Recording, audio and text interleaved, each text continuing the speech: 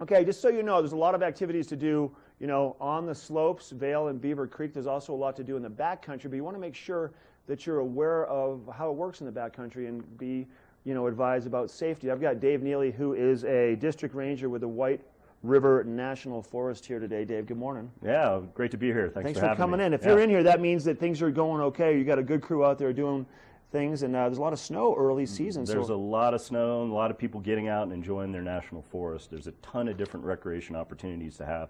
And here in this part of Colorado, we've got some of the most spectacular backcountry recreation opportunities anywhere in the country. And with all the fresh snowfall we have, people are definitely out there getting after it. And what do you see in early season? You've seen a lot of people, snowmobiling obviously is huge in the wintertime out here. Is that kind of one of the big parts of the focus for utilizing the National Forest Service, and also snowshoeing and cross-country skiing and stuff? But snowmobiling is big, right? Yeah, snowmobiling is huge. There's a ton of folks locally that snowmobile, and a lot of folks that come here as a destination. Places like the Vail Pass Winter Recreation Area that we manage with a whole host of partners in the private industry and folks that help us on a task force.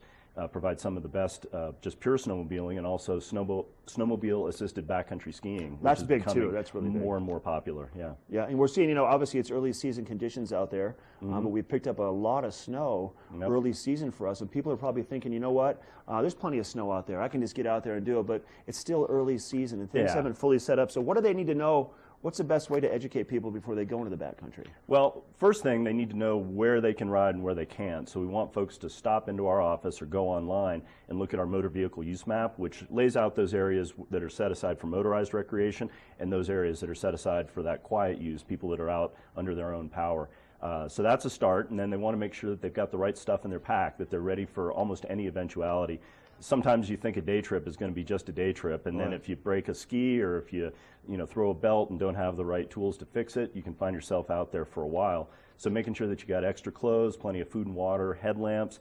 I certainly don't go out on a snowmobile without a pair of snowshoes or something, so I can get myself out of the woods if the sled's not going to be able to do it for me. And you probably see a fair amount of that as we go through the season. You get, for every 10 people that go out and snowmobile, there's probably one or two that want to venture off the trail a little bit, or get pulled off the trail because they're not paying attention. So you got to be, keep your head on a swivel and be aware of what's around you all the time. Yeah, absolutely. And there's some great off-trail riding. Certain areas on the forest that are just wide open. You can ride a snowmobile, on or off the groomed surface. But once you get off into that deep snow, you're taking on a whole host of different riding challenges. And there's things like stumps and branches and rocks that may be hidden under that snow that can cause you a world of hurt in a quick, fast hurry. So if people want to get more information, obviously you guys are located right there, right as you're going into Minturn, right off the highway at Meadow Mountain. Correct. It's a great facility with a lot of great information. We get our Christmas tree tags there. Yeah, a lot of people do. We sell a lot of Christmas tree permits out of there, which frankly is one of the more enjoyable recreation opportunities this time of year. Go out with the family and find a tree and drag it out, take it home. I know, but once again, early season conditions exist for that, so people got to probably wear snowshoes if they're going to venture into the backcountry to go even find a Christmas tree. Yeah, snowshoes or cross-country skis, however you want to do it. And the other thing I really should mention before folks head out there is to always check the avalanche forecast.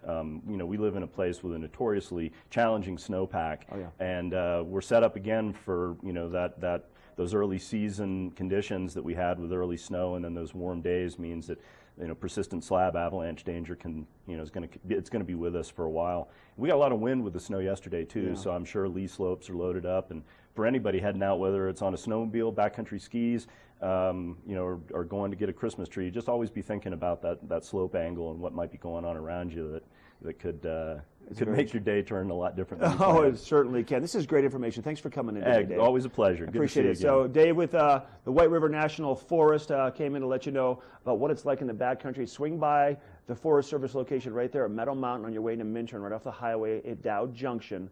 We're going to find out now what the weather is going to be like for the day with Martha.